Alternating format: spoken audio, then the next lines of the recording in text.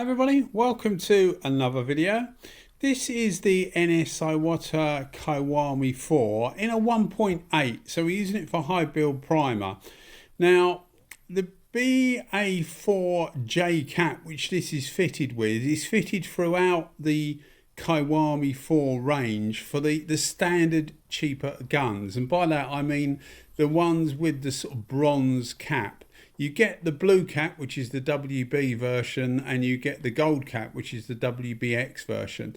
But this version, the BA4J cap, with this, as I say, it's like a bronze colour bezel around the cap, is the standard version, and it's the cheaper version of the three. Now, those that watch the channel will realise that I've used this quite a bit with a 1.3 and a 1.4 tip, but I've never used it with a 1.8 tip before.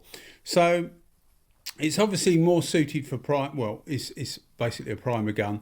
So for high build primer, it's absolutely ideal. Those that watch the channel will realise that I rave quite highly about the Kiwami 4 in 1.3 and 1.4. So I was quite interested when I got this. I got it about 4 months ago to give it you know, a little bit of a run through and see how I got on with it. And the jury's out, really. Well, it's not actually. The jury's come in and given its verdict. I don't think the BA4J cap works that well with a 1.8 configuration. I just think that maybe the cap is just not quite right for thicker materials. I don't know. Normally when you get a primer gun, it will often have a different cap to it. And because this uses the same generic cap all the way through, I can think of better primer guns. I mean, for example, the ANI F160, which I champion quite a lot, which is cheaper than the Kiwami 4, in my opinion is a better primer gun. It seems to atomise the primer better. There's no problem with this. It works absolutely fine, but I was a little bit disappointed with it. Yeah, just disappointment rather than outright failure. But I can think of, as I say, other guns. The DeVilbiss FLG5 or SBK, I think 600 you say in the US for the same gun. I think that's probably as good as this, and again that's cheaper, although it's getting more expensive. That's cheaper. So I'm not saying it's a bad gun, because it's not a bad gun. I was just a little bit disappointed with this compared to the other Kiwami 4 versions I've got, because I've been really pleased with all of them. I did have a problem with one. I won't go on about it. I'll put a link in the description if you want to see what the problem was. But you know, I've been reasonably pleased with all of them. Well pleased with all of them, really. And I was just a little bit disappointed in this. But if anybody's watching this and they're thinking, what is he doing? This bonnet was basically okay. It just needed a load of small stone chips sorting out. There's quite a few little deep stone chips. So all I did, rather than fill them, I just fill them with a bit of primer. So some people may look at this and think, what is he doing? That's a silly thing. But it actually works fine, because you just effectively fill in the holes in with a high build primer. And then you can just put a few coats of primer on top of the whole thing, give it a sand, and away you go.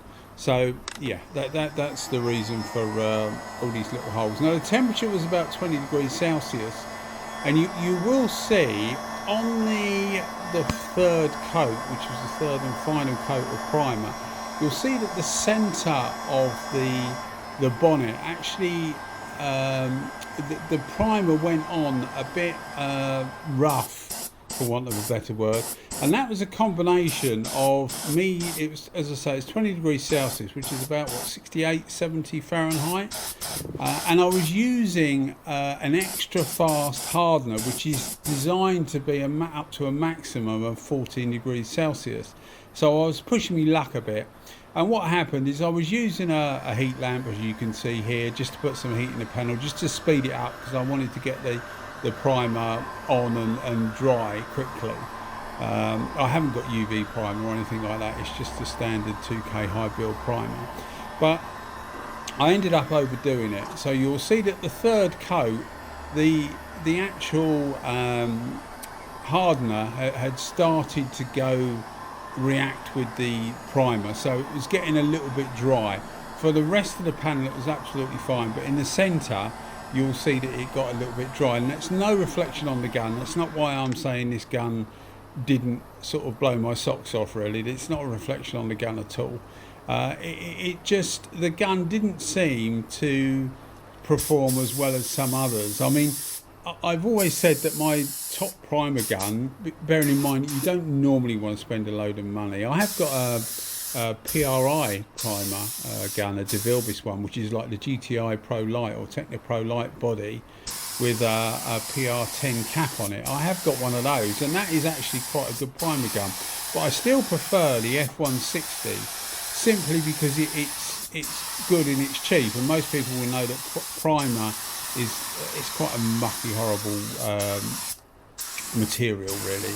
So you tend to not want to spend loads of money on a good primer gun. I haven't got a SATA 100, which is also supposed to be quite a good primer gun, but my favourite primer gun these days, and I have got a video of it, I'm pretty sure I haven't uploaded it, I don't think I have, is the Segola. I got a Segola 3300 in 1.8, and I think that has the EPA cap on it in 1.8 for primer, and that was really good. That's a really good gun. I will get a video up of it so that you guys can see it, but that has sort of taken my crown as a primer gun, really. I mean, it's not value for money wise, it's not knocked the F160 off the top slot, because it's, well, depending where you are, it's between 2 and 3 times the price, but it's been a really good primer gun, really great finishes. Considering it's high build primer, you can get some really good finishes with the 1.8 Segola. Anyway, I digress. So yeah, I was a little bit disappointed with this. You'll see it's got a good size fan on it, as you'd probably expect for a 1.8, because these things put out quite a lot of material in their 1.3 versions and 1.4 versions.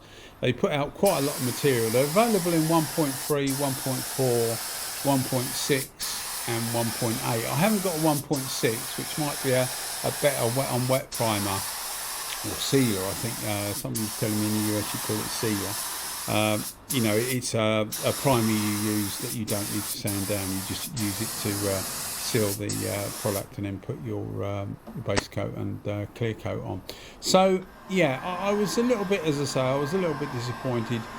You will see, as I say, that when you see the final result, that the gun wasn't to blame here. It was just me. But you'll also see that after the sanding, and I've actually put the finished bonnet back on the car so that you can see the results. The results were really good. But it was despite of the gun rather than because of it. I just don't. I'm not sure what it is. I just don't think it doesn't put out quite enough material, I don't think. And as I say, I can only think that it's the cap holding it back. And I'm not sure why, because in 1.3 and 1.4 they throw out a lot of material, but it just didn't seem to, maybe just didn't atomize it correctly or whatever. But anyway, here's the final result gun on its own, and you can see it does quite a good job, but it wasn't really rewarding for me. This is the final thing sanded down, and then you'll see it on the car where it's completely finished. Anyway, guys, I hope you enjoyed my ramblings, and thanks for watching as always. You keep watching them and I'll keep them coming.